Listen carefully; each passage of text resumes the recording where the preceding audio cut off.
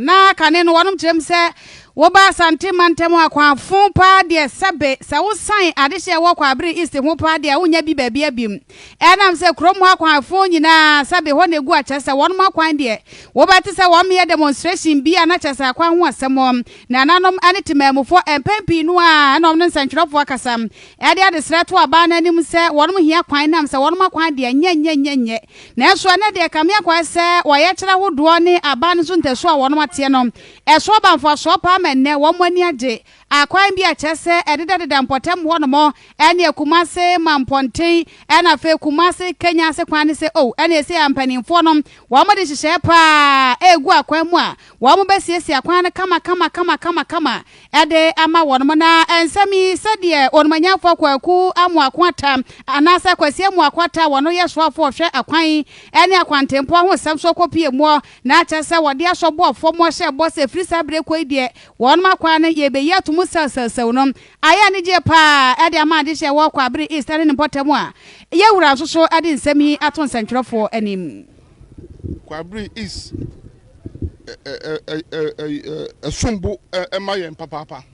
no minim sensem bebre akoso wo Kwabre East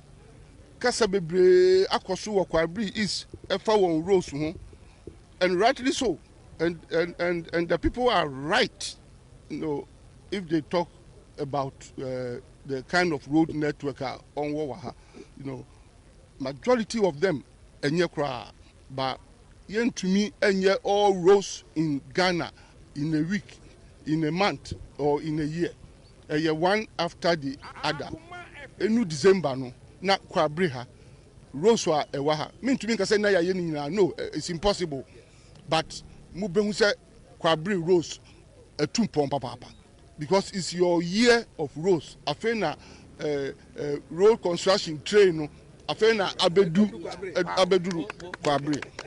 We know the wealth of Kwabre East to our political fortune, and we will not joke with Kwabre East. Kwabre East any agro.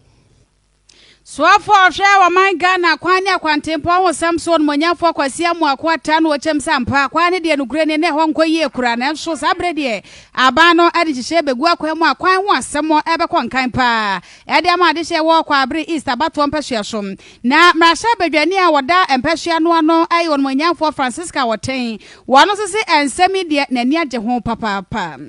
And we are hoping that the other areas, most especially the other linking roads, the contractors who will be working on them will also be working as fast as this one, because Kwabre, we have a lot of road network,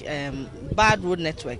and so if we are able to remedy some of these things, it will ease the traffic on the Tafo Mampon road, and then also those who are also going within Accra, going to Ejoso or towards Accra, they can also use this road as well. So it's a very important road within the Ashanti region. Ti akwana won bayi ye ne de mfa so bebre no a na kyesa beba so e de ma de hye wo asante mantem titru nya se bia Kwabrefo no nkwa na benya so mfa so nam se e ba sa na traffic nsam na no bebra se kura e wo asante mantem won manya for Francisca woten mrahye badwani a wo Kwabre East abato mpahwe so e na ate ne nkanom berima owuso agiman e ye Kenya se hene wono so ene e kasai ebia na Kwabre foso enim se bibia eyemre enne ena nyame enne nanamodaroma mo ase Kenya ase na Kwabre yeso edru yeso a yenye emaye mini se enye Kenya ase nko a aka Kenya ase nyina Anonti anate yesa na nanso ani adehye ne santwerefo kasa ye no sade medin card atom animo no sampotam de sade na wono makwan ho sam na sitie no ne kwasem ne hadwene papa na emprempren ya wo mo ne hyehye egu akwamo no wono chem se ebeboa amade din kan traffic samo no ano abras na aboa so amannwuma ho asam atimi akonkan e de ama wo adehye wo Kwabre East abato empehye so berima owuso agiman ohina wo Kenya se ne nsam bi eno no